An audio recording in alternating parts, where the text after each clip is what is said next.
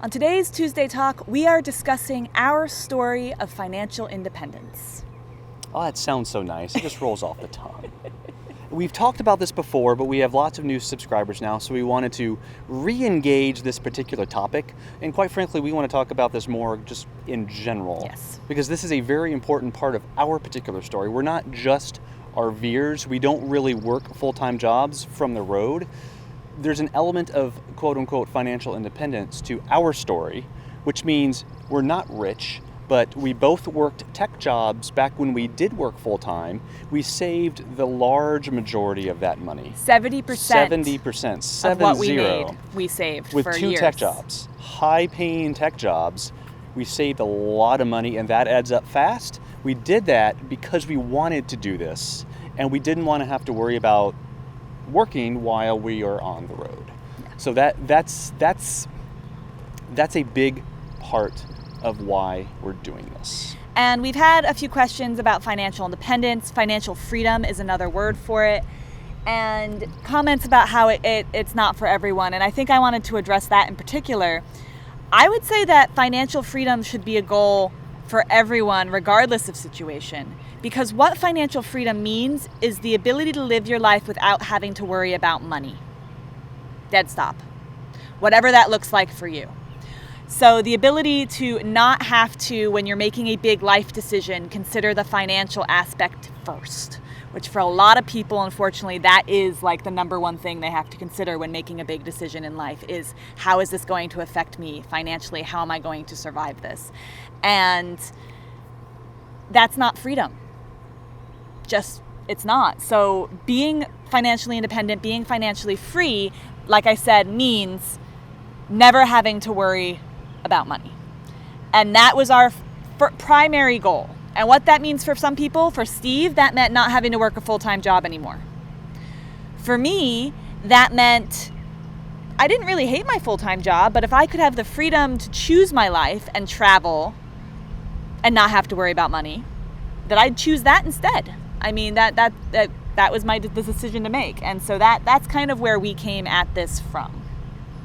I wrote an article on the blog Think Save Retire. We'll link to that below, about the wisdom of financial independence even if you have no intention of retiring early.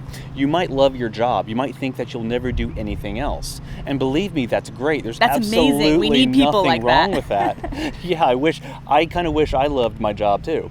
But the problem is you might not always love your job. It might get bought out. The company you work for might get bought out by another company and everything changes. You might get a new boss or something might happen in your life. They might be transferring you. Yeah, in life, I mean, you could have a parent that now needs help, or a child who's ill, or you get ill, or a spouse gets ill, and the job is the last thing you want to have to stress yourself about when something like that happens. Right? Yeah. That's right. So when people tell me, well, I don't have to do that because I don't want to retire early, my response is, that's okay, you don't have to retire early. But there's still a lot of wisdom in achieving financial independence, because that means you can up and quit next week. If everything changes, something changes in your life, you can quit your job and never have to worry about that. How do you become financially independent? Obviously, you save money. We've done a bunch of videos about finances and RVing. I'll make sure to link to the playlist up above. And I think we even did one about the 4% rule and what that means for how we figured out how much money we needed. But why don't you explain the 4% rule real quick? The Trinity study 4% rule. At Trinity University, 4 professors got together and tried to determine what percentage of their wealth, their net worth, that the average person can spend and stand a reasonably good chance of never running out of money, assuming that the majority of their money was invested and not in a checking or savings account. Yeah. So in the stock market. And this takes into account recessions and depressions and even things the like Great that. Depression. They even looked at the Great Depression for this. Yeah, so through all the market ups and downs, they came up with about 4%. So to make the math easy, if you want to spend about $40,000 a year, you would need around $1 million net worth spendable cash, or investments that you can sell and transfer into spendable cash. Yeah. And stand a reasonably good chance of never running out of money. I stress that there are no guarantees in life. There's always going to be risk in the market, in real estate, everything. There's always a risk. But in general, history has shown that when you're invested, your money goes up more than it goes down in the long run, in the long term. Yes. And we use the 4% rule, but it's really a foundation to begin to determine, how much we're going to have to pursue this lifestyle and never have to work again. Yes. At least not work full time. Yes. As you guys know, we make some money from the YouTube channel. We discussed how much. It is not a full-time job. Yeah.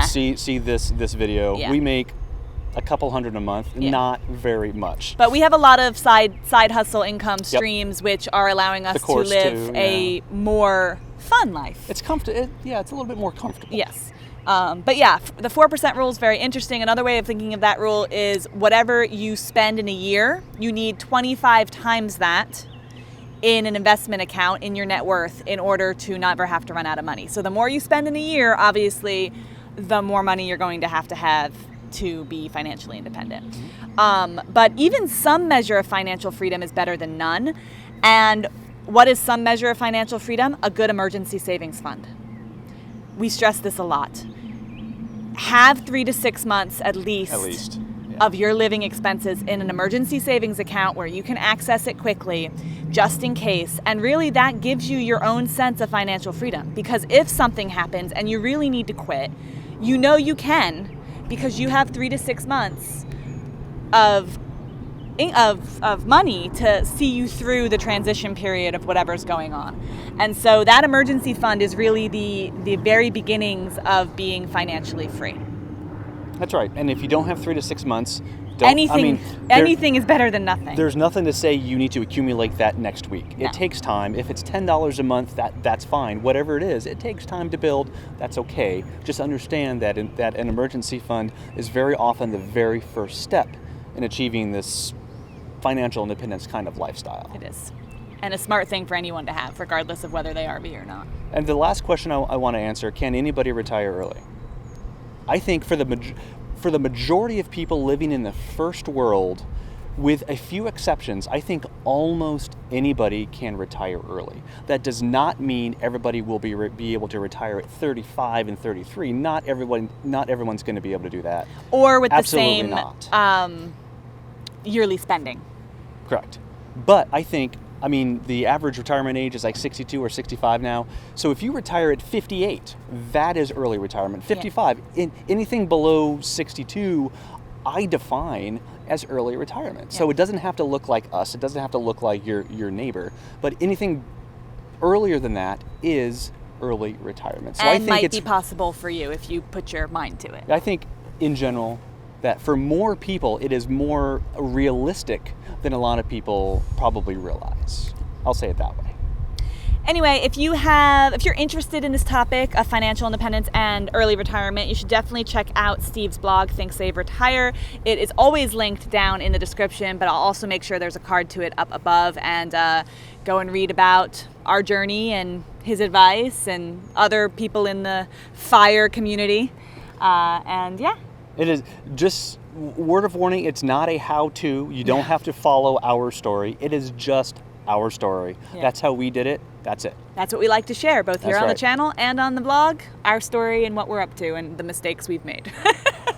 And there have been many. And many more to come. Yeah. I'm sure. So if you have a question regarding early retirement, financial freedom, personal finances, please leave them in the comments below. We'd love to hear them, and we can direct you to either other videos we've done or make a new video in the future. If you have a question for a future Tuesday talk, also leave that in the comments below, because we will hopefully get to it in a future video. Like this video if you liked it. Subscribe if you're not. And we will see you next time. Bye, guys. Bye.